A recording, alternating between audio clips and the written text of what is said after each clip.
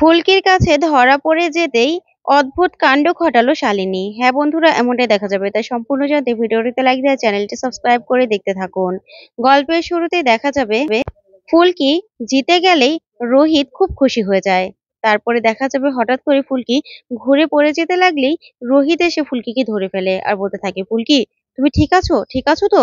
তারপরে তমালকে বলে, তমাল গাড়ি বের কর, এখনই ফুলকিকে আমি হসপিটালে নিয়ে যাব। তখন ফুলকি বলতে থাকে, না স্যার, আমি ঠিক আছি, আমি এখন বাড়ি যাব। তারপরে রোহিত আর সহ সবাই মিলে ফুলকিকে ধরাধরি করে নিয়ে যেতে থাকে। আর ফুলকি তখন শালিনীর কথা মনে পড়ে যায়। তারপরে দেখা যাবে বাড়িতে আসার পরেই পারমিতা ফুলকিকে বলতে থাকে, এবার নাও তো, রেস্ট নেবে, ঠিক আছে, কোনো রকম কোনো কথা বলবে না। তারপরে ফুলকি খাটের উপর উঠে বসলেই দেখা যাবে পারমিতা চলে গেলেই ধানুকে ফুলকি বলতে থাকে, ধানু দিদি, আমার না সবকিছু কেমন যেন গুলিয়ে যাচ্ছে। আমি চোখের সামনে অনেক কিছু দেখেও যেন কিছু ধরতে পারছিলাম না, কিন্তু আজকে অনেক কিছু বুঝতে পেরেছি। তখন ধানু বলে, কি বলছো তুমি ফুলকি, কি হয়েছে? তখন ফুলকি বলে, আচ্ছা, হঠাৎ করে আমার এরকম শরীরটা দুর্বল হয়ে গেল কি করে বলো তো? তখন ধানু বলে, আহা ফুলকি, তুমি তো বন্যার সময় অনেক কাজ করেছো, হয়তোবা সেই জন্য শরীরটা এখন দুর্বল হয়ে গেছে। তখন ফুলকি বলে, কে জানে। তারপরে ফুলকি মনে মনে বলতে থাকে, না, আসলেই তো আমার শরীরটা এরকম খারাপ হয়ে যাচ্ছে কেন, আস্তে আস্তে আমি এরকম দুর্বল হয়ে যাচ্ছি কেন? তার মানে এটাতে কি অন্য কারো কোনো ইশারা রয়েছে? আর শালিনী ম্যাডাম সেইখানে গিয়েছিল খেলার ওখানে দেখতে, তাতে তো আমি শিওর হয়ে গেছি যে ও নাটক করছে, ও একদম সুস্থ। মা কালী, তোমাকে অনেক ধন্যবাদ, আমাকে তুমি দেখিয়ে দিয়েছো। কিন্তু আমি অসুস্থ হয়ে যাচ্ছি কেন এভাবে? তাহলে কি এর পিছনে শালিনী ম্যাডামের কোনো হাত আছে? এটা আমাকে জানতে হবে। এই বলে ফুলকি চুপ করে বসে থাকে। তারপরে দেখা যাবে পারমিতা আর লাবু আসে। লাবু এসে ফুলকিকে বলতে থাকে, কি ফুলকি, তুমি নাকি অসুস্থ হয়েও শেষ মুহূর্তে ওই প্রতিদ্বন্দ্বীকে মেরে একদম জিতে গেছো? আমি তো শুনে খুব খুশি হয়েছি। তখন পারমিতা বলতে থাকে, হ্যাঁ ফুলকি, বুঝতে পেরেছি, তুমি পেরেছো, এবার এই দুধটা খেয়ে নাও দেখি। তখন ফুলকিকে দুধটা খাওয়াতে লাগলেই তখনই সেখানে রোহিত চলে আসে। আর তার পিছু পিছু ঈশিতাও আসে। তারপর রোহিত এসে বলতে থাকে, কি ব্যাপার ফুলকি, এখন কেমন লাগছে? আর শোনো, একদম ওঠা নামা করবে না, এখন রেস্ট নেবে, ঠিক আছে? তোমার শরীরটা অনেক দুর্বল আছে। আর এখানে দেখো, তোমার ভিটামিন ওষুধের আরেকটা কৌটো আমি নিয়ে এসেছি। আগেটার ডেট অনেকটা এক্সপায়ার ডেট এগিয়ে এসেছে, তাই ওটার খাওয়ার দরকার নেই। এই নতুনটা থেকে খাবে, ঠিক আছে?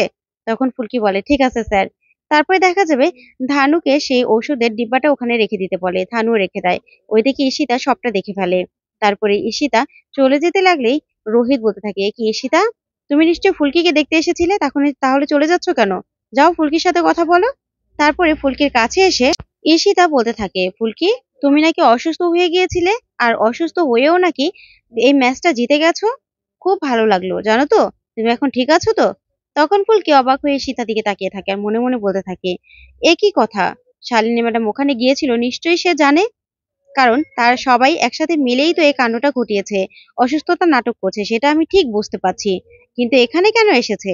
তারপরে দেখা যাবে ঈশিতাকে রোহিত বলতে থাকে, না, ও ঈশিতা, শালিনীর ওষুধটাও নিশ্চয়ই শেষ হয়ে গেছে, তাই এই ওষুধের ডিব্বাটাও আমি নিয়ে এসেছি, নাও শালিনীকে দিয়ে দেবে, ঠিক আছে? তখন ঈশিতা বলে, আচ্ছা ঠিক আছে। এই বলে ঈশিতা ওষুধটা নিয়ে যেতে লাগে আর দেখতে থাকে। তারপরে দেখা যাবে ঈশিতা ওখান থেকে চলে যায়। ওইদিকে পারমিতা আর লাবু ও ফুলকিকে রেস্ট নিতে বলে চলে যায়। তখন ধানুকে ফুলকি বলতে থাকে, ধানু দিদি, আমি না বুঝতে পারছি না কি থেকে কি হচ্ছে। তখন ধানু বলে, কেন ফুলকি, আবার কি হলো? তখন ফুলকি বলে, জানো তো, কিছুই না বুঝতে পারছি না, না হলে ঈশিতা দিদিও আমাকে দেখতে আসলো। তখন ধানু বলে, হ্যাঁ হ্যাঁ, তোমার জন্য সবাই চিন্তা করছে, সেজন্য এত কথা ভেবো না তো, চলো চলো, ড্রেসগুলো পাল্টে নেবে, বুঝেছো? এই বলেই ধানু ওকে নিয়ে ওয়াশরুমে চলে যায়। ওইদিকে দেখা যাবে ঈশিতা শালিনীর রুমে যায়, সেখানে রুদ্র আর রিকিও আছে। তারপরে ঈশিতা বলতে থাকে, দরজাটা লাগাও তো রুদ্রদা। তারপর রুদ্র দরজাটা লাগালেই ঈশিতা বলতে থাকে, অনেক বড় কাণ্ড ঘটে গেছে, বুঝেছো? তখন শালিনী রাগান্বিত ভাবে বলতে থাকে, আমি নিজে দেখেছিলাম ফুলকি শুয়ে পড়েছে, ও অসুস্থ হয়ে গেছে, কিন্তু এই অসুস্থ শরীর নিয়েও কি করে ম্যাচটা জিতে গেল আমি তো সেটাই বুঝতে পারছি না, আমি মেনে নিতে পারছি না। তখন রুদ্র বলে, শালিনী, এত ভেবো না তো, এখন ওষুধের ইফেক্টটা তো সারা শরীরে ভালো করে পড়েনি, হয়তো বা অসুস্থ হয়েছে, কিন্তু শরীরের জোরটা এখনো আছে, তাই এবার জিতে গেছে, কিন্তু পরবর্তীতে আর জিততে পারবে না, বুঝেছো? এত চিন্তা করো না তো তুমি। তখন শালিনী বলে, না আমি না কিছুতেই মানতে পারছি না, আমার সহ্য হচ্ছে না, আমার ভালো লাগছে না। তারপরে ঈশিতা বলে, আচ্ছা তুমি এই স্কার্ফ আর চশমাটা পরে ওখানে গিয়েছিলে তাই না? আর এগুলো খাটের উপরে রেখে দিয়েছো, কি তোমার কি ধরা পড়ার ইচ্ছা আছে নাকি? বুঝতে পারছি না কিছু। তারপর তো সবাইকে ডুবিয়ে দেবে তুমি। তারপরেই শালিনী দেখা যাবে রাগ করতে থাকে। তখন রুদ্র বলে, আচ্ছা শালিনী, এত রাগ করছো কেন? তুমি কি চাও তোমার নাটকটা এখানে ধরা পড়ে যাক? কি চাইছো তুমি? তখন ঈশিতা বলতে থাকে, জানো তো ধরা পড়ার সময় হয়ে গেছে, দেখে আসলাম তো, রোহিত দা ফুলকির জন্য আরেকটা ওষুধের কৌটো নিয়ে এসেছে, আর সেই ওষুধটাই খেতে বলেছে, আগের ওষুধটা খাওয়া বাদ দিতে বলেছে, আর এই শালিনীর জন্য এই ওষুধের কৌটোটা নিয়ে এসেছে। তখন শালিনী বলতে থাকে, তার মানে আগের ওষুধটা আর খাবে না? তাহলে কি করে পাল্টাবো? তখন রুদ্র বলে, আবার ওই ওষুধটা পাল্টাতে হবে। তখন ঈশিতা বলে, তাই তো, তার থেকে বরং আমাকে ওষুধটা দাও, আমি গিয়ে পাল্টে দিয়ে আসছি। তখন শালিনী বলে, না না, আমি নিজে যাব, আমি নিজে গিয়ে ওষুধগুলো পাল্টে দিয়ে আসবো, আমি না কোনো রিস্ক নিতে পারছি না, আমি ব্যাপারটা কাউকে ভরসা করতে পারছি না, তাই আমি নিজে যাব, বুঝেছো রুদ্রদা? আমার না ভালো লাগছে না, একদম অসহ্য লাগছে, এই পাগলের অভিনয় করতে করতে আমি না পাগলই হয়ে যাই। তখন রুদ্র ঈশিতাকে গিয়ে বলতে থাকে, ঈশিতা তুমি সাথে যেও, সামলাও, দেখো তো কেমন রাগ করে আছে। তখন ঈশিতা বলে, হ্যাঁ যাবো তো, যাচ্ছি তো আমি, তার থেকে বরং তুমি গিয়ে ঘর থেকে সবাইকে বের করে দাও, যাও, তারপরে আমরা আসছি। তখন রুদ্র রোহিতের ঘরে যায়, গিয়ে বলতে থাকে, কি ব্যাপার ফুলকি, এখন শরীরটা কেমন? তখন ফুলকি আরো অবাক হয়ে যায় আর বলতে থাকে, কি ব্যাপার, জামাইবাবু আমার খবর নিচ্ছে, ঈশিতা দিদিকে গিয়ে বলে নাই তাহলে কিছু? তার মানে কি কিছু একটা করার চেষ্টা করছে তাই না?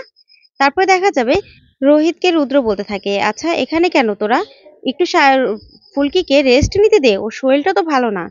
তখন রোহিত বলে, হ্যাঁ হ্যাঁ তাই তো। তারপরে এই বলে রোহিতকে নিয়ে রুদ্র বেরিয়ে চলে যায়, ওইদিকে পারমিতা আর লাবুও বেরিয়ে চলে যায়। তারপরে ধানু বলতে থাকে, ফুলকি চলো, আমি তোমাকে ওয়াশরুমে নিয়ে যাচ্ছি, এই বলে ওয়াশরুমে নিয়ে যায়। তারপরে দেখা যাবে ঈশিতা এসেই বলতে থাকে, ও আচ্ছা ওয়াশরুমে গেছে, তার মানে এখনই আমাকে শালিনীকে ডাক ডাক দিয়ে আনতে হবে। তারপরে শালিনীকে ডেকে আনলেই শালিনী এসে ওষুধগুলো পাল্টাতে থাকে। তারপরেই যখন ফুলকির কৌটোতে নিজের ওষুধগুলো রেখে দেয় আর ফুলকির ওষুধগুলো উঠাতে যায়, ঠিক তখনই একটা ওষুধ নিচে পড়ে যায়। তারপরেই ঈশিতা ডাক দিলেই শালিনী আর ঈশিতা তাড়াতাড়ি করে বেরিয়ে চলে যায়। তখন ফুলকির মনে হয় কেউ রুম থেকে বের হয়েছে। তখন ধানুকে বলতে থাকে, ধানু দিদি কেউ বের হলো না মনে হলো? তখন ধানু বলে, না ফুলকি, কেউ বের হয়নি বুঝেছো, তুমি ওষুধটা খেয়েছো, ওষুধটা খেয়ে শুয়ে পড়ো দেখি, জলও তো নেই, আমি জল নিয়ে আসছি, তুমি ওষুধটা বের করো। তখন ফুলকি বলে, আচ্ছা ঠিক আছে। তখন ফুলকি ওষুধের কৌটোটা নিয়ে বলতে থাকে, সব থেকে বেশি কঠিন কাজ হলো এই ওষুধের মুখখাটা খোলা। তখনই ফুলকি দেখতে পায় যে না, ওষুধের মুখখাটা তো সাথে সাথে খুলে গেছে। তখন ফুলকি বলে, কি ব্যাপার, এটা খুলে গেল কি করে? এটা তো আমার সবসময় ছুরি কাচি লাগে, আজকে কি করে খুলে গেল, আর আঠাও তো নেই, ব্যাপার কি? তখন ওষুধ একটা বের করেই হঠাৎ করে দেখতে পায় নিচে একটা ওষুধ পড়ে আছে। তখন ওষুধটা ধরেই ফুলকি বলতে থাকে, এটাই তো আমার ঔষধ, দুইটা দাগ আছে, কিন্তু এই নতুন ওষুধে তো দাগ নেই, তার মানে কি? তখন পুরোনো কৌটো থেকে সেই ওষুধগুলো নিয়ে ফুলকি যখন মিলায়, তখন বলতে থাকে, তার মানে কি এটা আমি অন্য ওষুধ খাচ্ছিলাম, সেই জন্য কি আমি অসুস্থ হয়ে যাচ্ছিলাম? তার মানে এই শালিনী ম্যাডাম এই কাজটা করেছে, তার মানসিক ভাষা রুগীর ওষুধগুলো আমাকে খাওয়াচ্ছে। না না, এবার শালিনী ম্যাডামকে শিক্ষা আমাকে দিতে হবে। আর তাকে না এবার আমি এমন ভাবে ধরবো যে সারা জীবনের জন্য সে মনে রাখবে। তাকে এমন শিক্ষা দেব না, আর স্যারকে তো আমি বলবোই, কিন্তু একটা প্রমাণ পাই, তারপরে এবার হাতে নাতে ধরবো, এই ওষুধ তো আমি খাবোই না। এই বলে ফুলকি এক দৃষ্টিতে তাকিয়ে থাকে। তো বন্ধুরা, আজকের আপডেটটি কেমন লাগলো অবশ্যই কমেন্ট করে জানাও। ধন্যবাদ।